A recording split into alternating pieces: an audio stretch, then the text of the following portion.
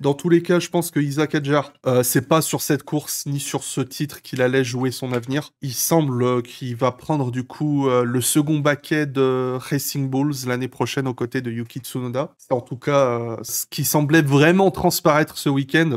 Et Liam Lawson irait aux côtés de Max Verstappen avec Red Bull qui sera en train de négocier du coup la clause de sortie de Sergio Perez. La sortie de Pérez, c'est quelque chose qui, je pense, ne se discute plus. C'est arrivé à un stade où c'est beaucoup trop douloureux. Maintenant, je continue de penser que de changer le pilote ne résoudra pas le problème. Quel est le problème? Bon, bah ça, c'est... Il y a de nombreuses analyses et hypothèses à ce sujet, donc je vous renvoie vers moi-même ou vers d'autres personnes, mais dans tous les cas, je pense que c'est pas ça qui va beaucoup changer les choses. En tout cas, ça permettra d'avoir un nouveau regard. Comme Pérez lui-même a apporté un nouveau regard en arrivant et en prenant la place d'Alex Albon. Mais là, ces saisons 2023 et 2024 ont été très très difficiles. Maintenant, pourquoi Lawson plutôt que Tsunoda? Moi, je suis tout pour la promotion de Yuki Tsunoda en termes, dirais-je, de mérite, parce que je trouve qu'il fait un très beau boulot depuis 2-3 saisons, qui démontre sans cesse qu'il a beaucoup de vitesse, qu'il a beaucoup de potentiel.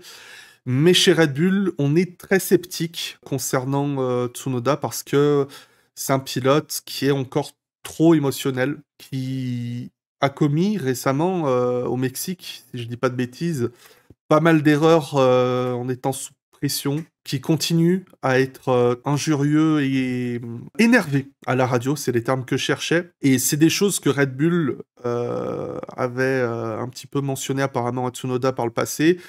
Et ces derniers temps, il s'avère que il n'a pas démontré les qualités attendues par Red Bull de ce côté-là. Et on pense, en tout cas, c'est ce qu'on interprète dans les mots de Christian Horner, on pense que en le mettant à côté d'un Max Verstappen qui est quasi intouchable, ça pourrait vraiment faire ressortir le pire de Tsunoda et on n'a pas envie d'avoir à gérer un pilote en difficulté qui se fait du mal en plus. Et un autre point que j'avais oublié de mentionner pendant le live, c'est l'aspect technique aussi. On parlait beaucoup des problèmes de retour technique que pouvait apporter Yuki Tsunoda. L'une des raisons justement que le retour de Ricardo avait souligné, c'était un peu les difficultés que ce soit pour s'exprimer ou simplement comprendre de Yuki Tsunoda les termes, le retour technique qu'il pouvait apporter, alors que ce soit une barrière de langue ou simplement une barrière de compréhension. Et c'est aussi une des choses qui rebuterait pas mal Red Bull parce que quand on est dans un cas où un pilote d'expérience comme Sergio Pérez n'arrive pas à trouver de solution, on se dit qu'un pilote avec lequel on a du mal à communiquer ne va pas arranger les choses. Voilà. Je me suis fait chier juste pour ça. Liam Lawson, il a appris à la dure cette saison. Et je reste pas convaincu dans tous les cas. Je pense que malheureusement, faut essayer autre chose. Faut essayer autre chose. Pourquoi ils vont pas chercher Valtteri Bottas? Non, apparemment, d'après Bottas, il s'est pas fait des amis en interne. Il s'est pas fait des amis chez Red Bull, ou en tout cas, on n'aime pas bien. Et je le comprends. Enfin, je le comprends. Pas Bottas, mais je comprends que dans la famille Red Bull, on soit pas très enthousiaste par un Valtteri Bottas qu'on doit trouver chiant. On aime des pilotes exaltants chez Red Bull, on aime des pilotes qui vont faire des exploits, qui vont aller chercher des dépassements improbables, des choses comme ça, et encore une fois, c'est pas quelque chose que Bottas a dans son CV, quoi. Donc le seul input de développement sur un Max, ça changera rien. Si la seule stratégie pour le deuxième baquet, c'est démerde-toi, ça va pas aller plus loin. Je suis d'accord et pas d'accord. Pour moi, c'est normal qu'on développe la voiture pour qu'elle aille le plus vite possible.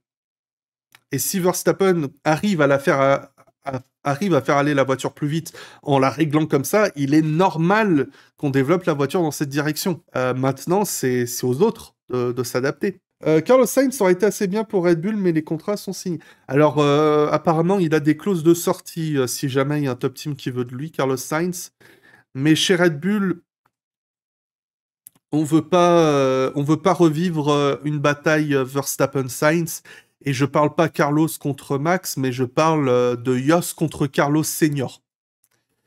C'est ce qu'on veut éviter à l'heure actuelle et c'est ce qui aurait justement porté préjudice dans la signature de Carlos Sainz. Mais peut-être que pour 2026, 2027, si Lawson, Tsunoda démontre rien, bon, pourquoi pas aller chercher un Nico Hülkenberg aussi, oui, tant qu'à faire.